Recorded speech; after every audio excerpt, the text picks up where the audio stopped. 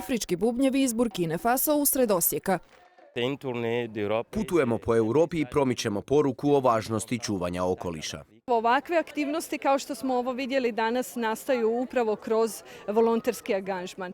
U Hrvatskoj je sve popularnije volontirati. Najnoviji podaci Ministarstva socijalne politike govore o 45.955 registriranih volontera, što je porast od 17.000 u samo godinu dana.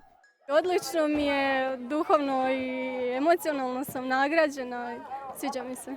Hrvatska je tako u europskoj sredini zajedno s Francuskom. Ima više volontera od Irske i Italije, a manje od Njemačke gdje volontira 40% odraslog stanovništva.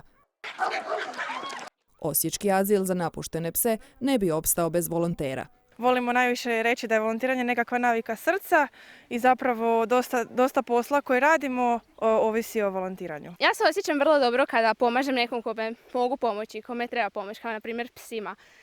Volonterizam sve više prepoznaju i institucije. Ono što je jako zanimljivo, što su nas prepoznali studenti društvenih usmjerenja kao jedan poligon zapravo za razvijanje vještina za rad s djecom. S potvrdom o stečenoj kompetenciji, volontiranje može pomoći i na tržištu rada. Bilo prilikom zapošljavanja možda ili prilikom daljnjeg obrazovanja. U Europi volontira svaki treći odrasli stanovnik, no u Hrvatskoj poslodavci takvu kvalifikaciju još uvijek rijetko cijene.